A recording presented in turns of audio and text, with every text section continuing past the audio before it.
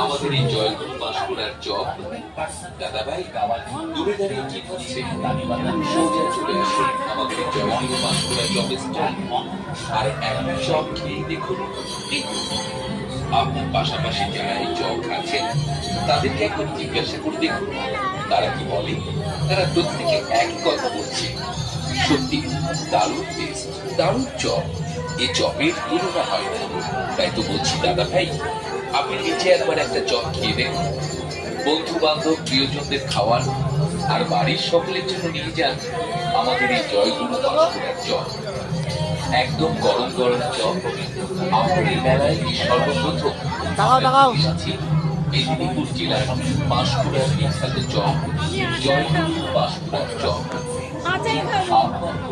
খাবার আপনার খাবার আমি 100 ভাগ আসছি, এই চপ আপনার ভালো লাগবেই না।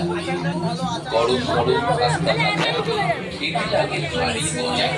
আসুন গরম গরম খান আর গরম গরম নিয়ে যান জয়গুরু বাঁশকুড়ার চপ, জয়গুরু বাঁশকুড়ার চপ, জয়গুরু বাঁশকুড়ার চপ।